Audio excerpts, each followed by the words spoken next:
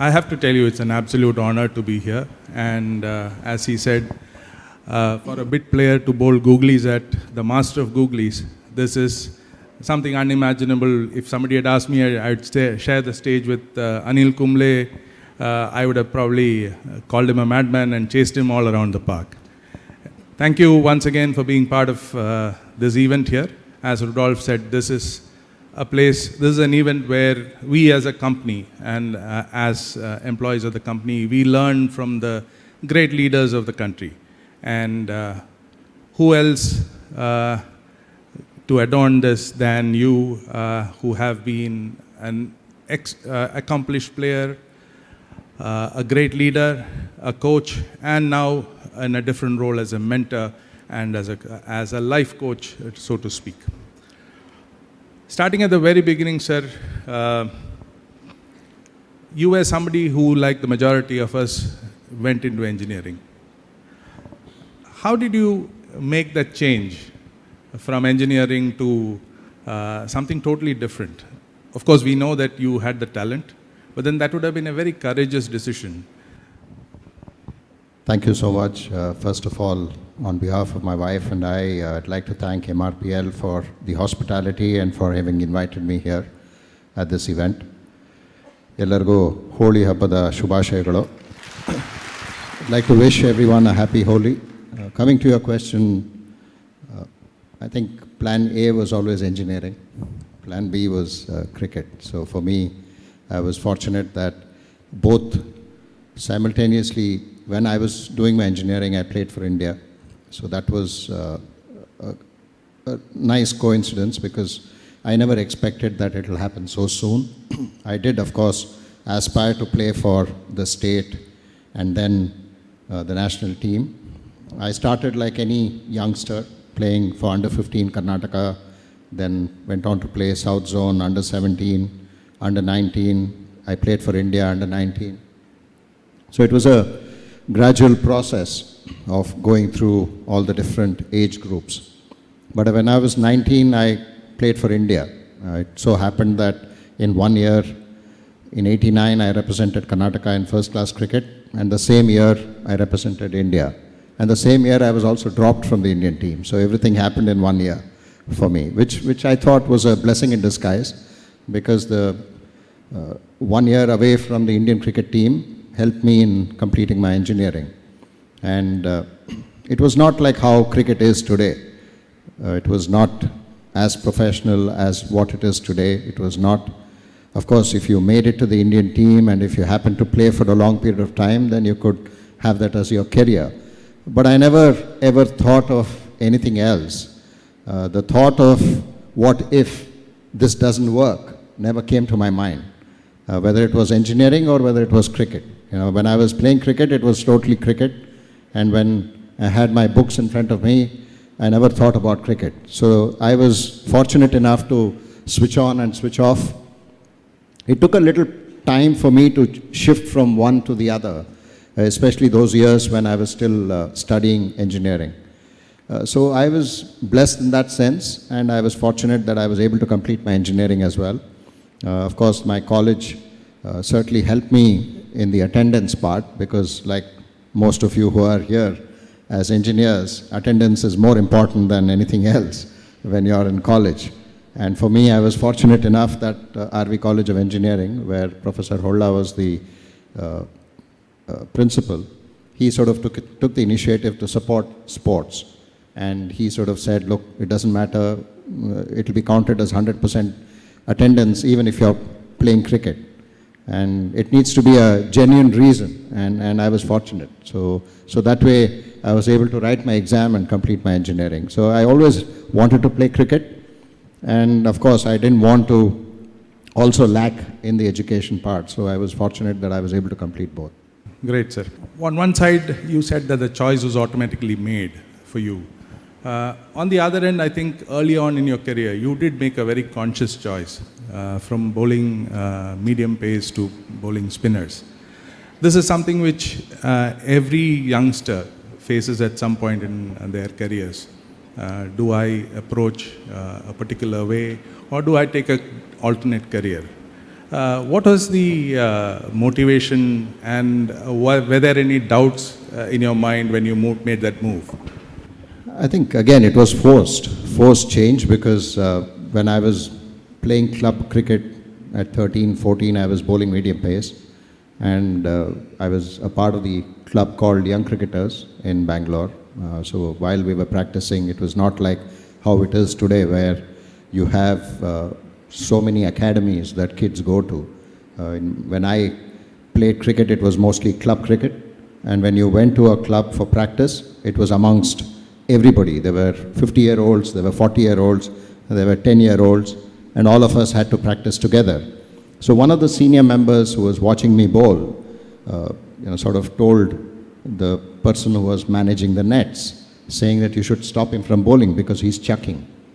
So that's why I shifted to leg spin. And it so happened that within 2 months after shifting, I played under 15 for Karnataka. I did not know what leg spin was about because there was no formal coaching. All I knew was I had to rotate the arm, the wrist in the opposite direction. And that's all I knew. So my grip was very different. I held the ball like, before I took up fast bowling, the first time ever that I held a cricket ball and bowled was an off spin. So I knew an off spinner's grip. I was bowling fast. I was stopped from bowling fast. The only thing that I said, okay, let's try leg spin. And then I didn't know the grip. I held it like an off spinner's grip, and that was my grip right throughout my career. So it never changed. I was very unorthodox, like you mentioned. It was always a challenge when I met with coaches, and even for the coaches, right, throughout my cricketing career, it was difficult for them to have a conversation with me because what do they come and tell me? I was not very orthodox. They couldn't come and tell me about changing my style. So I had to manage things on my own. My actual coaches were, I was fortunate that I played with some really great cricketing legends of the game, whether it is Sachin Tendulkar, Rahul Dravid, VVS Lakshman, Saurav Ganguly. Of course, Sehwag was very different when he came into bat in the nets. But all these guys were the feedback mechanism for me. So when I bowled in the nets, I would learn from how they batted and what kind of feedback they would give me. So this was something that I continued to do, and I was fortunate that I was successful on the field with a very unique style and unique sort of leg spin bowling that I had. That's something which I guess managers also struggle, just like your coaches also struggle. How do you manage unconventional employees? So in a way, is there any advice for the managers who encounter the Kumbles? Just leave them alone. I think they're, as long as you see that there is self-belief there, because I had a lot of self-belief, I didn't really sort of accept failure that easily. I always wanted to be that perfectionist. Even when I got my 10 wickets, I sort of sat down and said, how could I have got that earlier? And that's how my mind would tick. I would never be satisfied with whatever I do on the field. And conversations are important. Communication, keep the communication going with the managers. Even I would keep the conversation going with the manager, because at the end of it, you're learning a lot from having conversations with people, who come from different walks of life. And also not just that, they certainly give you a different perspective. It's not that you shouldn't accept that. As for me, from a player's perspective, the coaches would come and tell me that, look, why don't you look at doing this or that? I would absorb it, try in my own way, because sometimes that's the difference, right? And managers need to understand that there's not just one way to do certain things. There are different ways to do the same outcome of whatever you need to do. So all you need to do is understand that, and then give them the tools, and then leave them to solve the problem. Because I think if you're capable, then you'll certainly find a solution. You don't need to always give them a list of things that this is how you solve the problem. As long as the problem is solved, outcome is achieved, I don't think we need to worry about how the problem was solved. You did mention that you had a bunch of great peers. There was also a period when there was a lot of players from Karnataka representing India. Uh, do you think, you did mention that there was a lot of feedback coming your way. Do you think really this buddy system of people you are comfortable with and organizations should also create some such informal groups? Yeah, I believe so. I think, the comfort that you get from having people who have seen you from a young age. For me, I was fortunate, like I mentioned, I had a lot of players who I played alongside with, whether it was Srinath, Rahul Dravid, Venkatesh Prasad, Sunil Joshi. We sort of formed that 4 or 5 of us. At least the 4 of us played a long time. Joshi played quite a bit. Then some of the other guys came in as well. Vijay Bharadwaj, then there was Ganesh, then there was David Johnson, Sujit Somsundar. So in 1 year, we had almost 8 or 9 from Karnataka playing for India, which was really great. And not just, I think the most important aspect when it comes to what you said about having your buddies or having a buddy system where you feel comfortable is the kind of conversations that you can have. You can have honest conversations about your own performance, your team's performance, how you can improve. And because all of us know each other so well, you know when to say what, when not to say what. And that's the best part about a team. You need to understand that in a team environment, what to say when, and then when to sort of back off. And at the same time, not everybody in the group, just because of who you are or what your role is in the team, not everyone gives you an honest feedback. And that's where your true friends or true sort of, people who give you this kind of a feedback is very important. The genuine feedback that you get, whether it's good or bad, and somebody coming and saying, look, I think you should do this because I believe this is going to help you and the team. You may not even have thought about it. I think those are things that are really good when it comes to having this, sort of comfort of knowing each other. And especially in cricket, especially in sport, I don't think, people from outside may think that there's a bit of a bias there. There was never a bias. I mean, that's the best part about all 6 or 7 or 8 of us. Just because I was captain or I had an influence of picking a selection of a team didn't necessarily mean that I would only pick friends in my playing 11. You would pick the player based on whether he would be suited for that job on that particular surface or against that particular opposition. I think that's the best part of sport, and we enjoyed each other's success, and that's the other thing as well. It's not just about your own success as an individual. You also have players who are in a team who enjoy each other's success and of course the team's success. Once you had become a bit established in the team towards the late 90s, there was a huge externality that came in. And this is also something which managers and the organizations also face. I am, of course, referring to the major match-fixing crisis that happened. We have all seen the outside perspective of how the team managed. What was it from inside? And again, what would you say for managers when they face an external crisis?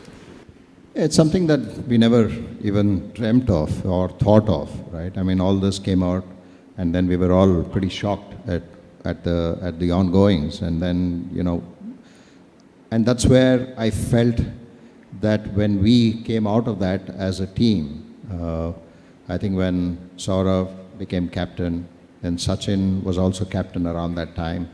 So Sachin and Saurav were captains around that period.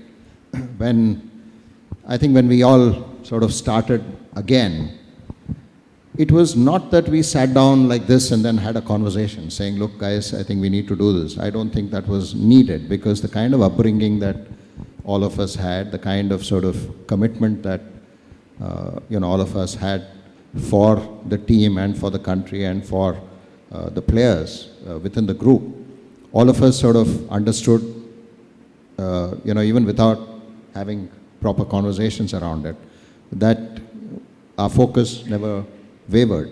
I think in such crisis, or when you have external sort of things happening around you, as long as the players in the group are totally focused on the job at hand, then automatically things start to get better. The external forces tend to sort of go away, because the performance on the field, especially in cricket, becomes paramount. The only way that you'll be able to perform on the field consistently would be to have proper focus, proper commitment, and proper sort of discipline towards the game. And that's something that came naturally to most of us during that period.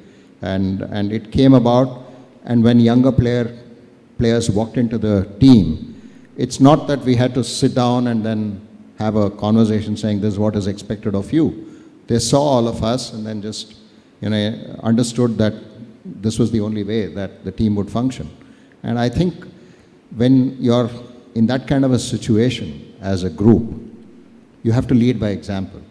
Not just the leader who is the designated leader. Each individual becomes a leader at that point in time. Each person in that group has to lead by example. It's not just one person commanding the rest of the troops saying, look, this is what is expected of you. I think each one will have to lead by example in their own way. And as long as all of us are working for a common goal, which is to win a match and win a trophy or win a tournament or win a test series or whatever it was in front of us. So as long as that focus never wavers, and the confidence and the honesty of all of us on the field, in our body language, in the way we go about doing things, then reflects externally. And it's not about words, it's not about what someone says, it's about action at that point in time, especially when you are faced with a crisis. It's about action and not just words, especially in sport. So there were no big speeches in the... No, I don't think there were. I mean, cricketers don't sit down and have conversations. I mean, our meetings prior to John Wright walking into the dressing room as a coach used to be a casual chat in a room where for some reason the managers who came on tours had a large suite, whereas all the players had to share rooms. So we would all go to a manager's room, and those days the allowances was very limited. So each player would call up room service and order something to eat and then say, send it to the manager's room before the meeting. And this was early 90s. So we would all sit in the manager's room and then finish our probably dinner at the expense of the manager, so that we didn't have to pay for the meal when we went back to the room. And so that used to be our team meetings. From there we became a little more corporate style or a boardroom style meeting when John Wright walked into the Indian dressing room and then Saurav became captain. So things changed after that, and now it's very different in terms of how meetings are held. So I think cricket also has seen that change when it comes to structure and when it comes to teams managing their own identity, and how do you sort of plan for not just that particular match, maybe for the series or the next one. So things changed quite a bit since 1999, 2000, from there onwards. Do you have a personal preference of which method, or you feel that both work? No, I think you need a balance. It can't always be structured, because I always believe that, especially feedback, generally feedback, or you want to say something where you need the team to respond to whatever it is. It could be an external sort of a issue or an internal issue. Sometimes it's not always that you need to have a formal sitting. It can be informal, and that's something that sport sort of teaches us, that more often than not, informal meetings, informal chats are more helpful, beneficial than a formal seating. Because the moment you have a table, you have a chair on the other side, and then you sit, it becomes like an interrogation. And whatever it is, it's not a conversation anymore. So for you to have a conversation more often than not, I think in a cricket team, it's mostly in the nets, just off the net, you just have an arm on the shoulder, take him aside, and then have a conversation saying, what, maybe this is something that I think we need to do, you need to do, or I should be doing. So I think it's important that you understand the individual more from a humane nature and then have that conversation rather than having a structured sort of list of things saying, okay, this is how I'm going to conduct my meetings. Because each one responds differently in a team, especially in a cricket team where all of them are high performers. So it's not often that someone takes, I mean, you also have to understand at some point, sometimes you also have to probably have a harsh sort of a word in a group for people to sort of also, get a kick up. Sometimes cricket does that. And you need to do that. So you just have to have a bit of both and not just have one method. I think you need a combination of all of that. You talked about individual performers, you talked about the team. We've also seen that there were some very notable partnerships. Say, for example, Kot Dravid, Bold Kumble, happened more than 50 times. So, was it a partnership that you built, or is it something which evolved? I think it evolved. I mean, Rahul was someone who always was a fantastic catcher. I mean, he has more than 200 catches in Test match cricket, which is great for a non-wicket keeper to do that. And you would always want Rahul everywhere around the bat. He could only stand in one place, either at slip or short leg or silly point. So whether it was Javagal Srinath bowling or I was bowling, Rahul had to be around the bat somewhere. So he happened to be mostly at slip, sometimes at short leg for me. Azhar was the other one who, when I played with him, he was always around in that forward, in silly point. Sachin was the other one who would be there, or Saurav would be there. Lakshman would be there around that. So these four guys would always be there, and Rahul would always, if it was just the slip, Rahul would be always there. So I think it organically happened. After a while, it was like a partnership. He knew that I had to stand here when Anil's bowling. It was very simple. Captain need not have to even think. I didn't have to think. Rahul would automatically go. If there was only one fielder, it would be Rahul. If it was two or three, Rahul would be still a part of that two or three. In fact, there's one incident that I'd like to mention as well. When my son is, I think, 1 year older to Rahul's son. And when Rahul had his first son, I got a message from a friend of ours, a common friend. He sent a message, Kot Rahul Bold Kumble will continue. So I had to respond saying it's going to be Kot Kumble Bold Rahul, Bold Dravid. Because, I mean, I know Rahul's son is playing cricket. My son, he didn't. He did play for a while and then he gave up. But for our sons to sort of play and emulate their dads, either Rahul's son as a batsman and my son as a bowler, was massive challenge.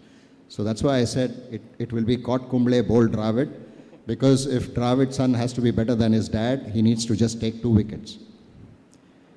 And for my son to be better than his dad, he needs to score more than 18 runs in Test match cricket,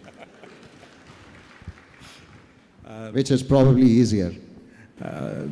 That's modesty, because you also have a century with you. No, but that came much later, and still the average was only 17 and a half. So that increased the average from 15 and a half to 17 and a half, because I remained not out as well. Of course, against England. So engineers know how to work around averages. On averages, yeah. Talking about this particular kind of partnerships that grew, these are, you would also see such kind of subsets within organizations. How did the team respond to such a pairing? And again, in organizations, you would find that a couple of people would always work better together. So it can have its positives for the organization, but then it can also create some kind of issue in the other members. No, I think in cricket, there's an unwritten rule. If you're a new player coming into the team, then you have to stand at short leg. There's no such thing as you will be, initiated with an easier option. In fact, I don't know if you go back to those old photographs, I was 12th man in my first tour of England, and I was standing at short leg, so you can imagine, right? And that's how it is. So there's hardly any sort of change. If you notice now, even today, if you look at who the short leg fielder was, Sarfraz Khan was the short leg fielder. He's not a senior member. But with someone like a Rahul, especially him, like I said, you would always want him. And he would be happy to do that. It's not easy when you're especially close in the field, and then you have to field throughout the day. It doesn't always, comforting for a player, because you have to focus, concentrate, and it's tiring because it's just that one ball which comes, and you would be sitting there the whole day, and you have to focus, and you have to also come back and bat. So it's not easy. But I think partnerships tend to sort of organically build. It's not like you're biased towards a partnership. You're not trying to hide somebody and then saying, okay, you go there just because you can't field. But I think partnerships in teams become second nature. It happens. And then teams also tend to understand that this is a partnership, or this is a player whose role in that team is meant to be there. I mean, as long as you're performing that role well, sometimes we tend to think that just because, for example, I spoke to you about the short leg fielder. It could be a new guy. He may not be used to my kind of bowling or the angles that you need to stand there. Because for someone who's been there for a long period of time, he understands the angles and he understands how I bowl, all of that. So that's very important.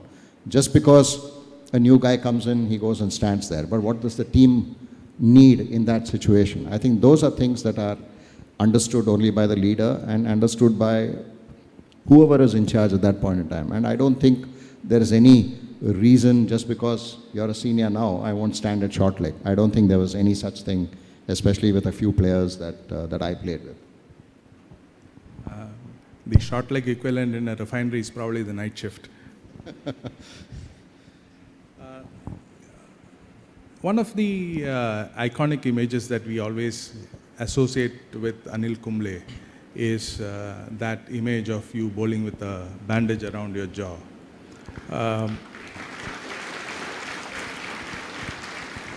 Of course, the kind of glory and the stakes in a game are much higher than in organizations. But how do you look at such kind of over and beyond performances in an organization setup?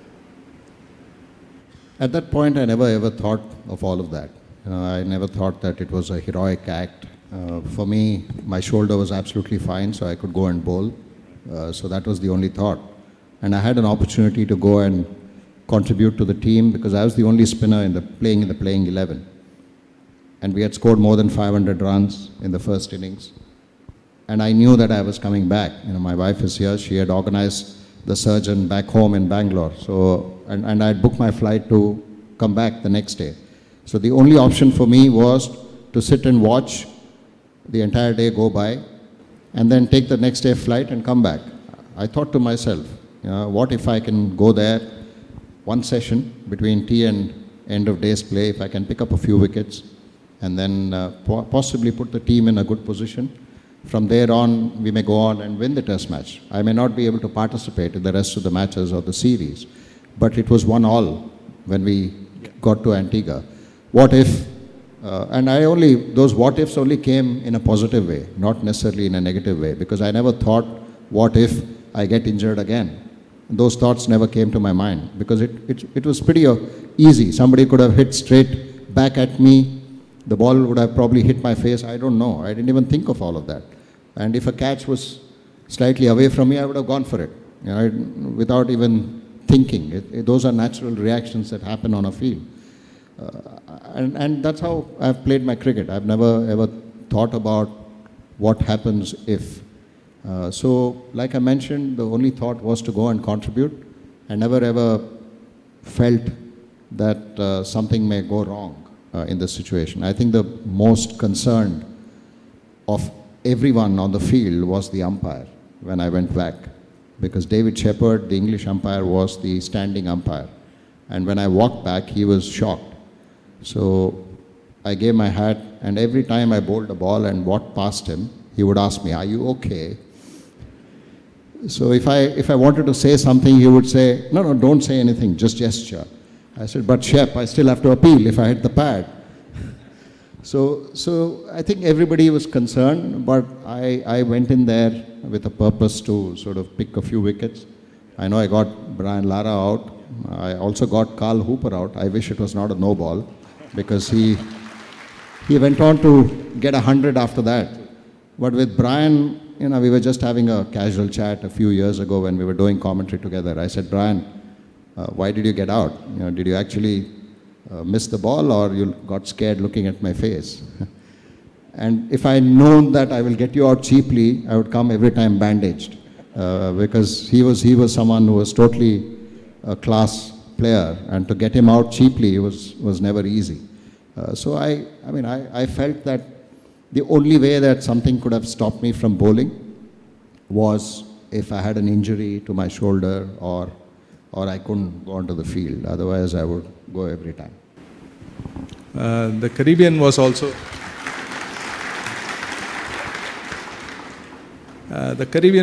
the venue for the second crisis that you faced in your career. No? That was something which is internal, the loss in the 2007 World Cup, and that is something that suddenly thrust you into a leadership role.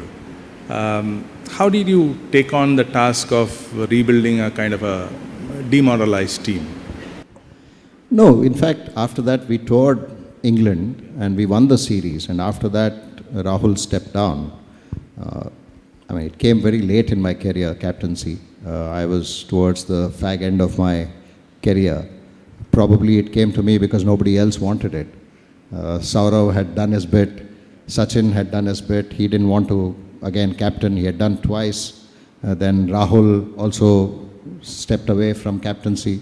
Probably the selectors sat around and said, MS Dhoni is too young to captain Test cricket, so let's give it to Anil. He's not going to be around for too long, 1 year maybe, and that will give enough time for MS to really come back as captain. So it came at a very late stage, and although I was not captain for 17 years, but just that 1 year I was designated captain, I was already a leader within the group. I think within the group, all of us were leaders, irrespective of who the captain was. We had a core group where it was Rahul, Lakshman, Srinath, Sachin, Saurav, myself, and then slowly we started, especially in one-day cricket. Then you had Zahir Khan come in, Sehwag come in, you had Yuvraj Singh come into that group. So it was always a core team that was constantly in communication about what the team was going to do, how we are going to plan, what are we going to do, what the team is going to look like, who are we looking to play. All of those decisions were all taken in conjunction with these players. It could be 3 or 4, formally 3 or 4, but informally a few more in that group, where you would just go and just have a conversation saying, what do you think? I think that's the kind of leadership approach that all of us had. So it didn't matter who the designated captain was.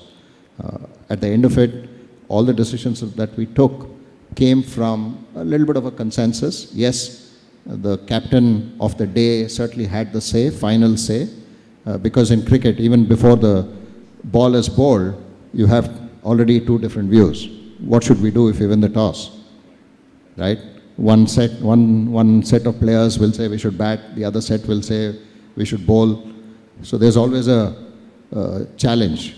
So when this kind of a situation arises, of course the captain has the final call. But I think more or less we were together in all the discussions and decisions, so it didn't really matter who the captain was. So for us, it was just an extension of that leadership role. But yes, there was a designated captain, and I happened to be that through the last stage, and I'm really proud. That's one sort of proud title that I always sort of enjoy, because when you're addressed as former India captain, it always feels nice. Whenever people, when I attend events or they say, what should we call you or what should we refer your title as? I said, look, just call me former India captain. That's good enough. And that to me is a very proud feeling. So this gives a perspective how you managed 4 captains and 4 past captains and 1 current captain. That was the composition of your team. So so now we realize that it was not so difficult. No, it isn't. I mean, in sport, that's the best part. You may be captain one day and then next day you may still be a player. So it happens. It organically happens. And then if you are, yes, there will be some emotions attached. You may feel disappointed, some may feel elated. Even when I got captaincy, I'm sure there'll be a couple more people who would be disappointed, saying, oh, you know what, I should have been captain. So those kind of things happen in a cricket field, but organically in a couple of matches, it sort of evens out, and then you just have to go about doing your respective role as a player. Irrespective of the captain, I had to still bowl, and that was my primary role. My primary role as a captain was to get wickets. And that doesn't change, whether you're captain or you can't designate, saying, you know what, I'll take a back seat, you go and bowl and get me wickets. That doesn't work in cricket. You retired a year and a half after taking over the captaincy. Subsequent to that, you have seen a lot of changes in the way cricket is played.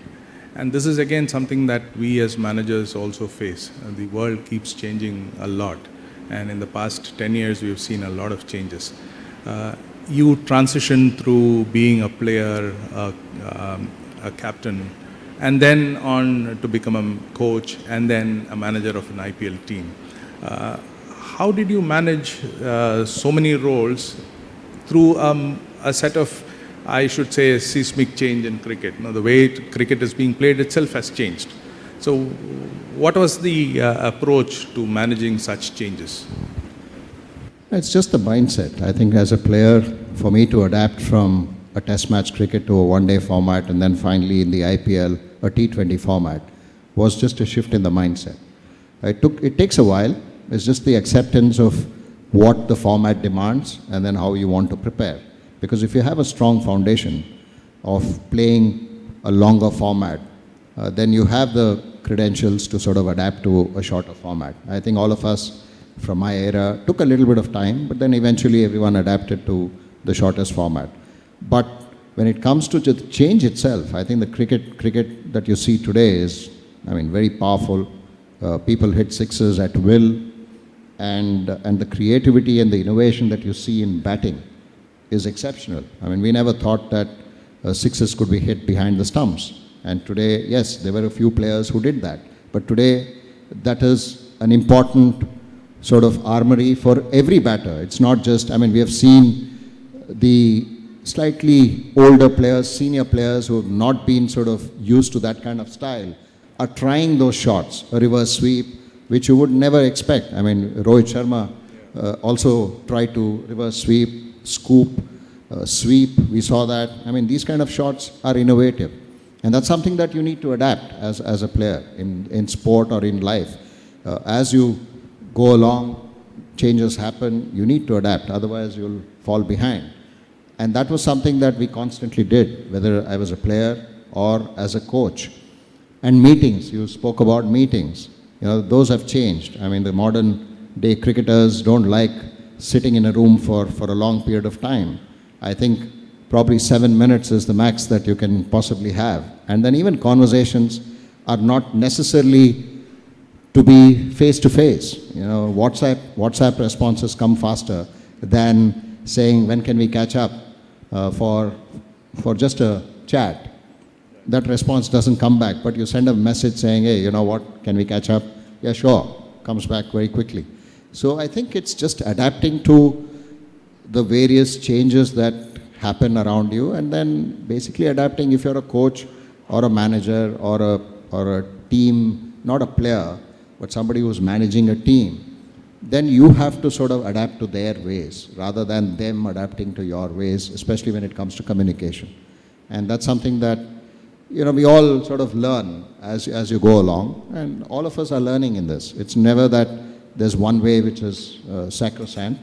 You just have to adapt and then go along with that. And that's something that I also learned through my journey of being an administrator, being part of various committees, being part of various teams, being part of different teams and different roles.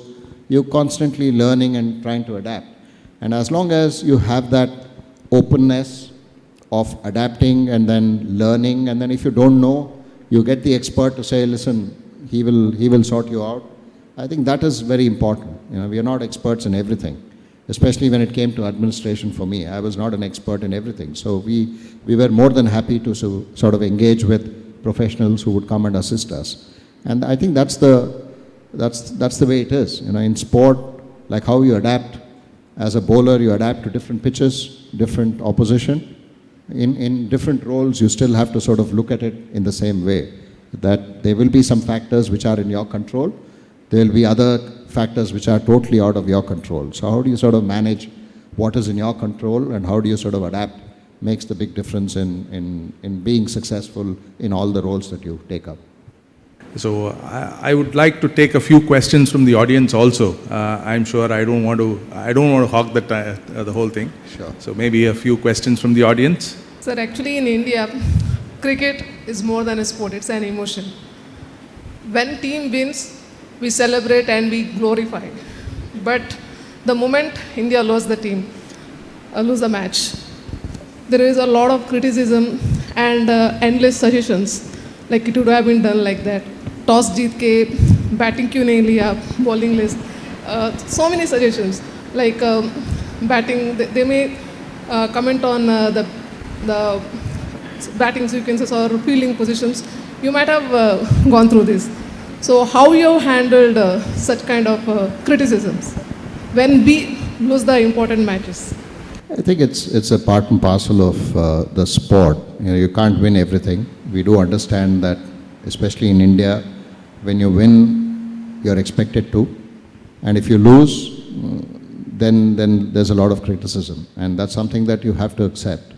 And it's not always that you pick up a newspaper and only see good things about yourself. I mean, there are certain bad things that are written about you. It doesn't really matter. For me, it was all something that I didn't have any control over. The only thing that I could control was my performance on the field, and how can I objectively look at to improve my performance rather than feel the pressure of expectations from the world. Because Deepak here spoke about the 10-wicket haul. Post that, every time I met anyone, आप 10 wicket कब लेंगे? So it's not going to happen. It's never going to happen. So I can't live up to that. And you just have to go about, and that's life. I mean, you can't really worry too much, as long as it's not that it doesn't affect you. It's just that you know how to handle it. The way we would handle it is, yes, you would sort of have that in your head, mull over it, and then just chuck it out, and then start focusing on what is next, rather than worrying too much about what happened, even if it's a success. Because like you said, success is sort of celebrated. But those celebrations are only for a couple of days. 2 days later, you have another match. So you lose that, everything comes back. So you can't really give too much importance to the outcome. Sometimes we do. Yes, it is important. But at the same time, you can't, as a player who's actively involved, you just have to go, sort of set aside and then move forward. You always can have a really good feeling of all the things that you have done once you have retired, and then when you look back at your career. Was this the philosophy when you recently said in an interview that there's no failure in sport? I think there's absolutely no failure. I mean, you only learn from those. And you have to also learn from success, because more often than not, we sort of take success for granted.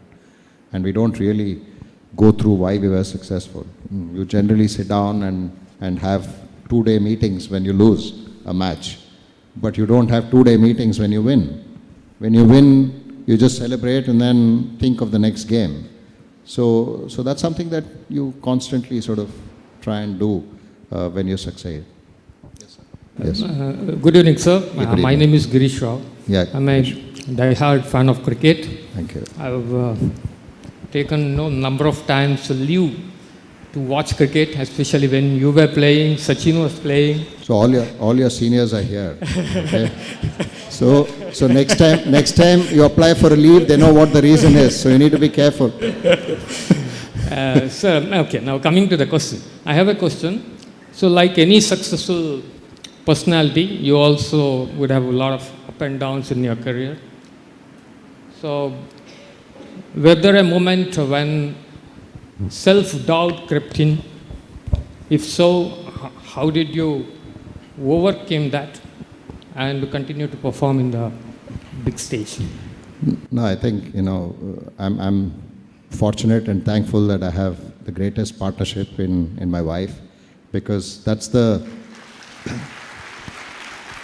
support that all of us need, from parents, from our family, is what you need, support. And they keep you grounded. I mean, kids keep me grounded, because no matter what happens, whether you're successful or you haven't been successful on the field, home is always the same. It doesn't change. And that to me was the biggest strength. Yeah, self-doubts do happen, especially when you're slightly unorthodox in your style. Every time I got wickets, it was thanks to the pitches.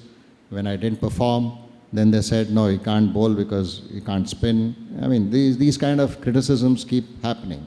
And you can't be bothered about all of that. So for me, it was all about how do I overcome that and then block all of this. Because if you're focused, if you believe, if you have that self-belief that you can go and achieve it, then I don't think anything of this bothers you. Yes, you do get the doubt. How do you manage to get it out of your system at the earliest?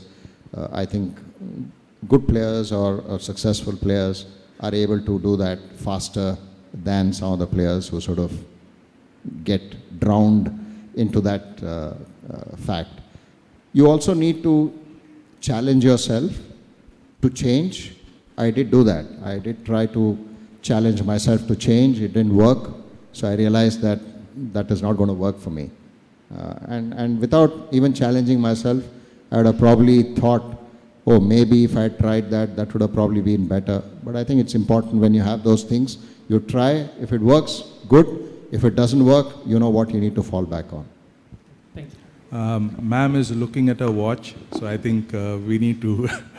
You didn't? Okay. Good evening, sir. Last question, I am please. Satish Last Ram. question. Yes, Satish. It's an absolute privilege to be seeing you in person first. Thank you. More so, to be able to ask you a question in person. It's a great privilege for me, sir. Thank you, Satish. My question is two parts.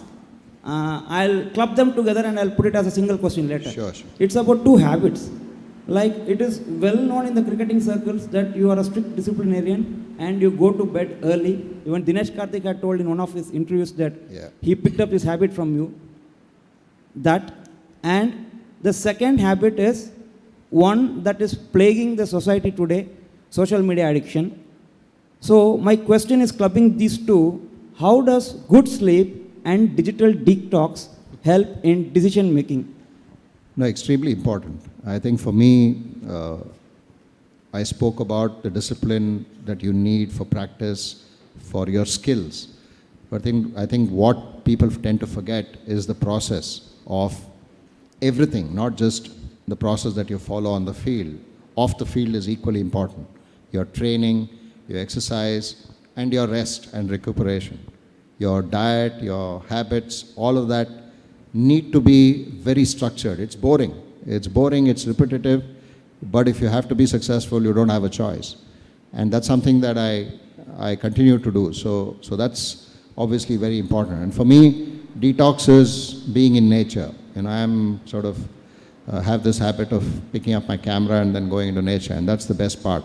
Unfortunately now, even mobile towers have reached forests, unfortunately, which I hope we don't get network inside a forest. That's the last thing that you want. You don't want a phone call when you're sitting and waiting for some wild animal to come, and you don't want a phone call or a call to disturb you in the wild, which is the case sometimes now. But that's the best form. I mean, being a part of nature if you're constantly in touch in whichever form, it could be any form. It could be art, dance, singing, or even photography, or any other form of art that you pick up. I think that's the best detox. You just get into that, again, away from what your main skill is. So for me, that was a constant detox.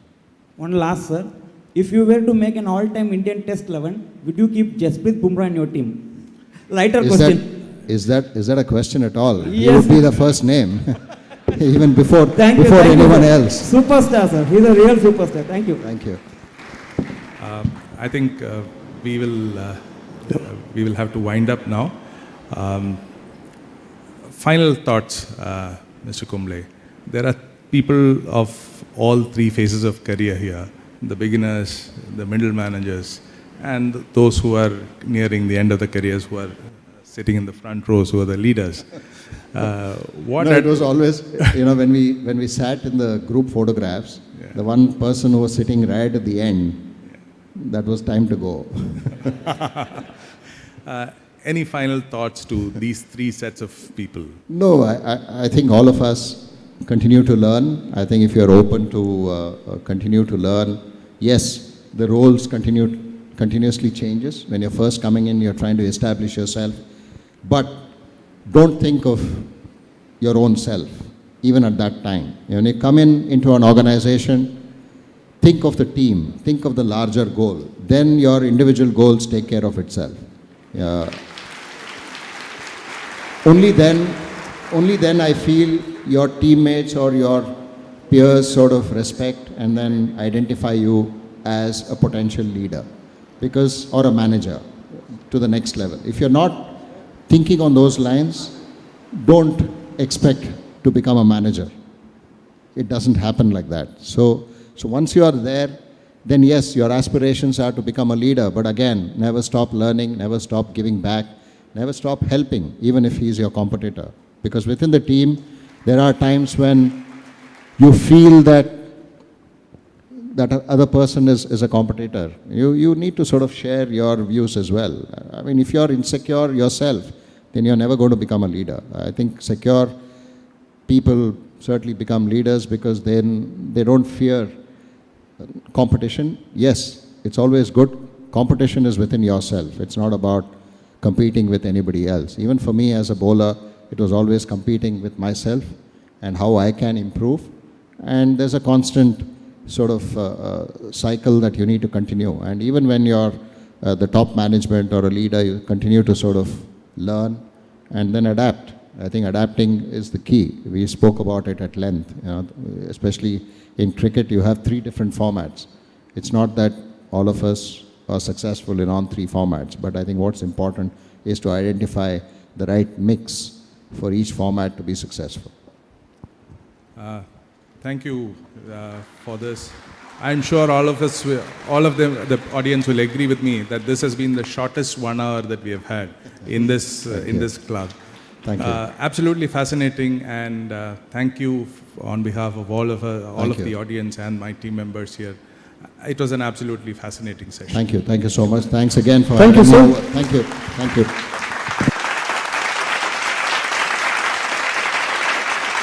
Helping Karnataka win 3 Ranji trophies.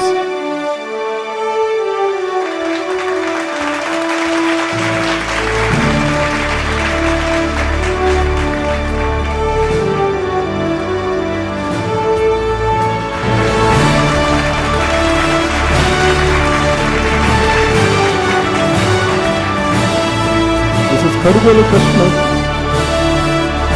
Thank you, sir.